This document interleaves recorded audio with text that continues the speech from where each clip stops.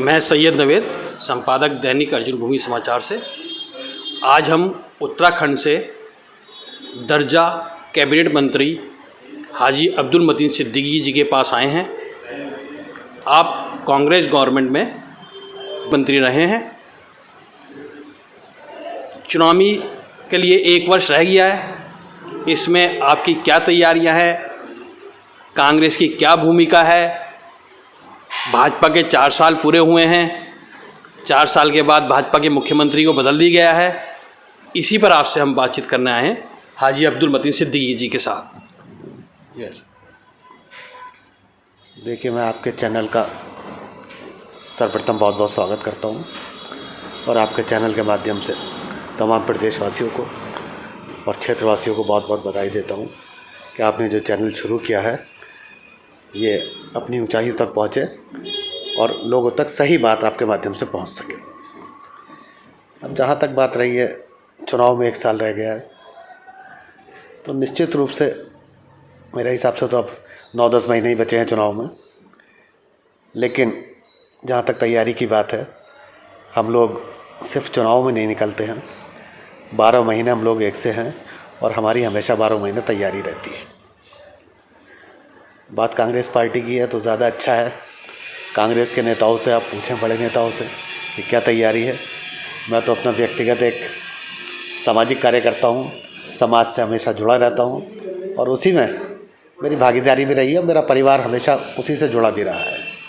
तो व्यक्तिगत अगर कोई आप मुझसे सवाल करना चाहेंगे, जनहित का हो चाहे वैसे पर्सनल हो, तो निश्चित रूप से मैं उसका जवाब दूंगा।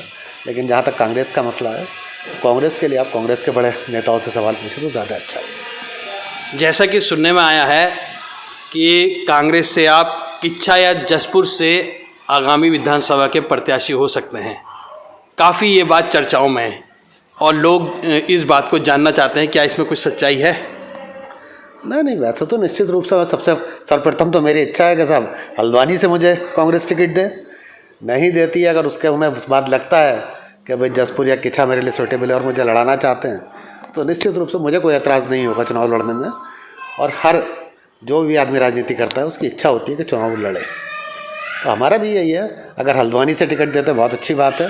इसके अलावा कहीं और से भी, किच्छा या जसपुर से जैसे आप कह रहे हैं, अगर टिकट कांग्रेस देती है तो निश्चित रूप से हम लोग कांग्रेस से चुनाव लड़ेंगे। सुनने में आया है कि जितने भी आपके साथ के लोग हैं, सब लोगों का ये कहना है कि पार्टी टिकट दे ना दे, लेकिन अब की बार मतीन सिद्दीकी चुनाव ज़रूर लड़ेंगे। नहीं, देखिए, ये तो एक फिर सेकंड लाइन की बात है। अगर टिकट नहीं देते हैं तो उसके बाद मेरे तमाम साथी, सहयोगी और आवाम का जो भी फैसला होगा निश्चित रूप से वो मान्य होगा और सब लोग चाहेंगे, क्योंकि यही हमारे आत्तर होते हैं, यही लोग चुनाव लड़ाते हैं। अगर इन सब की इच्छा होगी कि मतीन भाई चुनाव लड़े, तो निश्चित रूप से फिर हम लोगों को चुनाव लड़ना है। जैसा कि पूरे उत्तराखंड को मालूम है कि आपका परिवार राजनीति से बहुत पहले से जुड़ा रहा है। आप यहाँ पर समाजवादी पार्टी का, एक तरीके से कहा जाए तो आपने ही अपने कंधों पर ज़्यादातर बोझ उठाया था और समाजवादी पार्टी के लिए हमेशा आप लोकसभा से लेके विधानसभा और मेयर तक का आपने हल्द्वानी से चुनाव लड़ा है। उसके बाद आप कांग्रेस पार्टी में आ गए थे। आप कहाँ देखते हैं अपने आप को राजनीति में? पहले आप समाजवादी पार्टी में थे और आज आप कांग्रेस में हैं। आप दोनों पार्टियों में अगर पूछा जाए तो आप दोनों की राजनीति में आप अपने आप को कहाँ देखते हैं? देखिए नवेद भाई, हम लोगों का सीधा मानना है कि हम लोगों ने कभी जो आज की राजनीति है वो राजनीति कभी नहीं की। हम लोग हमेशा समाज सेवी रहे हैं और उसी चीज़ से हम लोग जुड़े रहे, चाहे भाई अब्दुल रऊफ सिद्दीकी का समय था या उनके बाद आज 23 साल उनके इंतकाल को हो गए हैं, शहीद हुए हुए उन्हें। आज भी हमारी स्थिति वही है कि हम लोग जनसेवा से जुड़े हैं।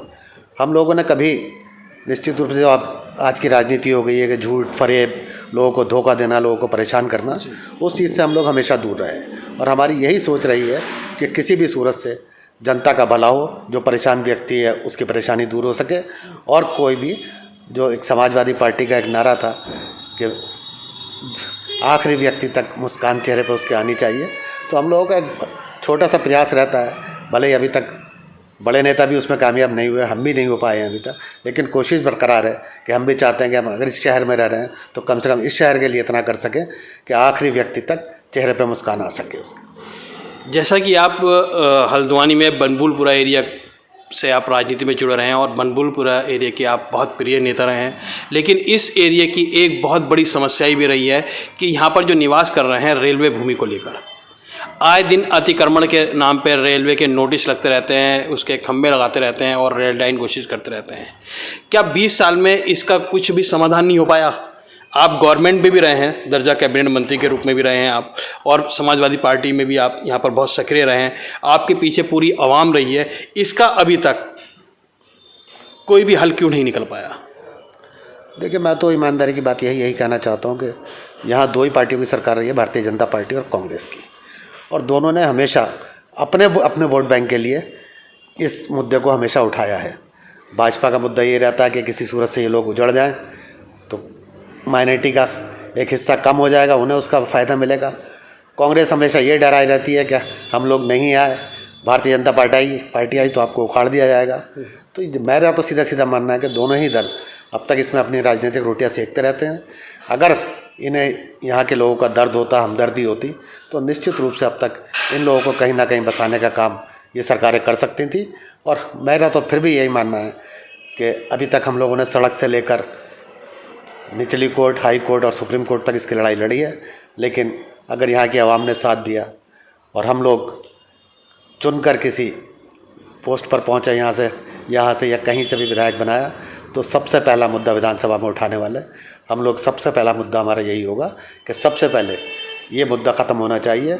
जितनी ज़मीन अगर रेलवे को चाहिए, उन लोगों के रहने की व्यवस्था सबसे पहले होनी चाहिए, उसके बाद किसी की ईंट हटनी चाहिए। जैसा कि आपने कहा है कि हल्द्वानी विधानसभा से मुस्लिम वोटों के आंकड़े को कम करने के लिए भी ये भाजपा की चाल हो सकती है, यही कहना है ना आपका? नहीं, तो इसमें आपकी तरफ से या कांग्रेस पार्टी की तरफ से या विधानसभा स्तर से कुछ तैयारियां हैं, या यहाँ के जो लोग आए दिन बरेली जा रहे हैं, तारीखें लग रही थी उसमें, अब तो यहीं हल्द्वानी में हो गया, आपकी तरफ से इसमें कानूनी प्रक्रिया के रूप में क्या कार्रवाई की गई है?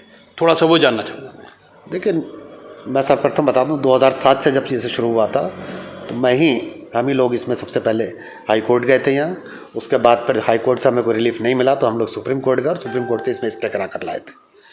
उसके बाद फिर ये 2016 में नहीं, एक मिनट थोड़ा सा रुक जाऊँगा। सुप्रीम कोर्ट के स्टे के लिए बहुत से नेतागण ये कहते हैं कि ये स्टे हमने करवाया, ये स्टे हमने करवाया, इसमें आप थोड़ा सा क्लियर करेंगे? नहीं, देखिए, अब इसमें 2016 वाले में बता दूं, उस टाइम तो कोई गया ही नहीं था, कहने की बात है। 2007 में, 2016 वाले में ये रहा कि कई लोग पहुंचे और हमारे एक वकील थे कॉलिन गोंजाल्विस, उन्होंने भी 2007 में स्टे कराया था और इस बार भी मेन फाइल उन्हीं के नाम से लगी थी। जहां और लोगों ने भी उसमें फाइलें लगाई अपने अपने वकील करके, वो सारी फाइलें ज्वाइंट कर दी गई थी और उसमें एक सामूहिक बहस हुई और उसमें सबसे ज़्यादा मेरा ख्याल तो यही है, फिर कॉलिन गोंजाल्विस ने मेन बहस की थी उसमें भी। लेकिन चलिए, मैं इस बात का कभी श्रेय लेना नहीं चाहता, मैंने उस टाइम में भी नहीं लिया और आज भी नहीं। मैं तो ये चाहता हूँ कि किसी की छत ना छीने, किसी का घर ना उजड़े, कोई भी उसका क्रेडिट ले। अगर उन्हें ये लगता है उन्होंने किया तो मुझे उस बात पे भी कोई एतराज़ नहीं। मैं तो बिल्कुल हर वक्त हाथ खड़े करने को तैयार हूँ कि भाई किसी की छत नहीं उजड़नी चाहिए, क्रेडिट कोई ले जाए, कोई उसका फ़ायदा उठाए, हमें उस बात से कोई मतलब नहीं है। चलिए, बहुत अच्छी बात है। बस एक लास्ट क्वेश्चन और करूंगा मैं आपसे। आगामी विधानसभा में जो कि आपके समर्थक भी और मुस्लिम बाहुल्य क्षेत्र के लोग भी जानना चाहते हैं, बहुत खुलकर ये लोग बात समझ नहीं पा रहे हैं कि आपका अगला कदम क्या होगा। क्या अगली विधानसभा चुनाव में हाजी अब्दुल मतीन सिद्दीकी चुनाव लड़ेंगे या पार्टी के हाईकमान के उस आदेश पे का पालन करेंगे? नहीं, देखिए, मैंने आपको ये बात पहले ही क्लियर कर दी कि मैंने हल्द्वानी विधानसभा से सबसे सर्वप्रथम मैं टिकट मांगूंगा।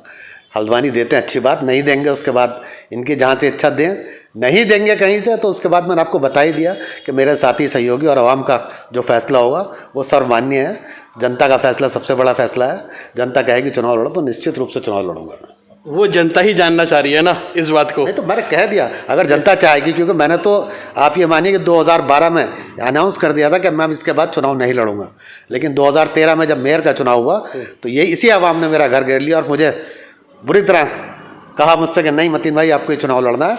तब मैंने 2013 का चुनाव लड़ा और मैं उसमें यहाँ की आवाम को और अपने तमाम साथियों का जितना भी आभार व्यक्त करूँ या जितने भी उनके लिए मेरे पास शब्द नहीं है कि मैं उनका शुक्रिया अदा कर सकूं। पूरी मेहनत, पूरी ईमानदारी और पूरी ताकत के साथ उन्होंने चुनाव लड़ाया और उस मुकाम पर पहुंचाया था कि वो चुनाव में बहुत कम वोटों से हारा था। और निश्चित रूप से अगर आवाम चाहेगी और उसी खुलूस और मोहब्बत के साथ मुझे चुनाव लड़ाएगी तो निश्चित रूप से अब्दुल मतीन सिद्दीकी को कोई एतराज़ नहीं, क्योंकि राजनीति में रहने के लिए चुनाव लड़ना ज़रूरी है। और चुनाव लड़ना ही नहीं, मेरा इरादा तो यह है अगर इस बार लोग लड़ाएं तो कहीं से भी हो, जैसे भी हो, एक बार उनका प्रतिनिधि चुनकर जाना चाहिए और एक मैसेज जाना चाहिए कम से कम कि यहाँ के लोगों के लिए।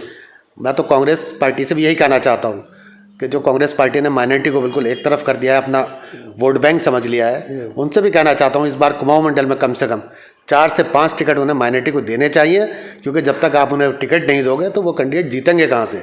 आप इस बात के लिए कैसे कह देते हैं कि माइनॉरिटी का कैंडिडेट नहीं जीतेगा। तो मैं तो कांग्रेस हाईकमान से भी ये डिमांड करूंगा कि इस बार कम से कम कुमाऊं मंडल से 4-5 माइनॉरिटी को टिकट देने चाहिए।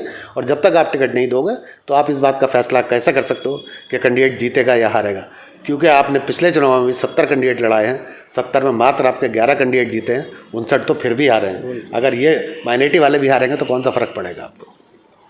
तो इस बात को मान के चलते हैं हम लोग कि अब्दुल मतीन सिद्दीकी साहब आगामी चुनाव में जनता की आवाज़ पे चुनाव लड़ेंगे ही लड़ेंगे।